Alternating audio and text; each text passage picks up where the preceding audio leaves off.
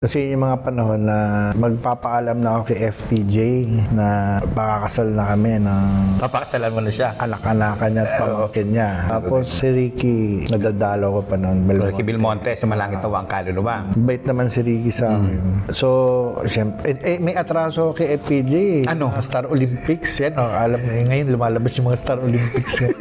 Si Fernando po kasi 2 beses kong tinakbuhan sa inuman. Yung una, gano'n, Star Olympics, sabi sa akin, upo ka dito. Ako kasi, siyempre, bata pa ako nun eh. Siyempre, FPJ yan eh. Tinitingala na lahat yan eh. Gaganunin ka sa hita.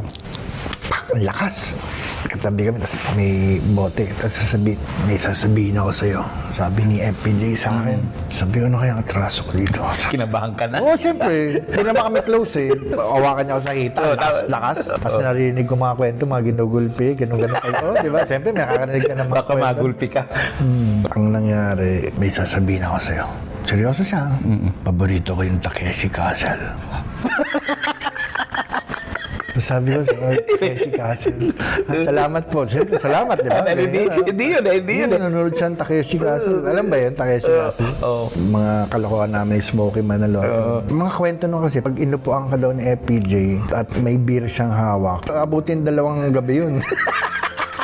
Narinig ko nga sa FPJ Studios, 3 gabi.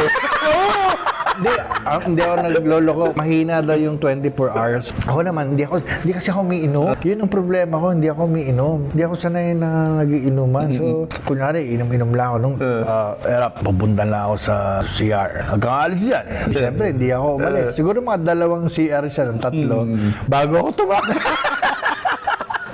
Tinakasan mo siya. Tinanong ka. Malamang! Kasi nga, huwag ako alis. Kung gusto niya ako kakintuhan. Kasi nga, paborito niya yung Takeshi Castle. So, malangit na rin. Kasi inisip nun yung, baka natutuwa siya, gusto niya ako isama sa movie, di ba? Hindi ko naisip yun. Ang naisip ko lang yung mga naririnig kong kwento na 3 araw sila. Hindi, yung kay Cheryl nga yun. So, kinabahan ako nun. Sabi ko, ito na naman. Ilang beses kong tinakasan to eh. Galit sa akin to. Alam ko eh. Yung inisip ko, galit sa akin si FPJ. Tapos hihingo yung kamay nung anak-anakan niya. Baka sampalin ako nito.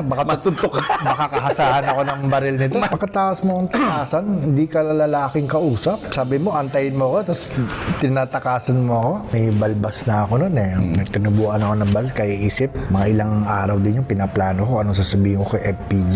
Wala akong problema kay Susan Roses kasi dumadalo sa shooting noon. So alam niya, kay FPJ lang. Hanggang sa nagpaalam ako sa kanya na muna kami, cool off. Muna. Kasi naintindihan naman niya ako. Sabi niya, sige. Nakipag-cool off ka dahil nga, kay FPJ. Oo, wala akong balls na humarap sa hindi dahil sa hindi mo gusto si Cheryl, kundi dahil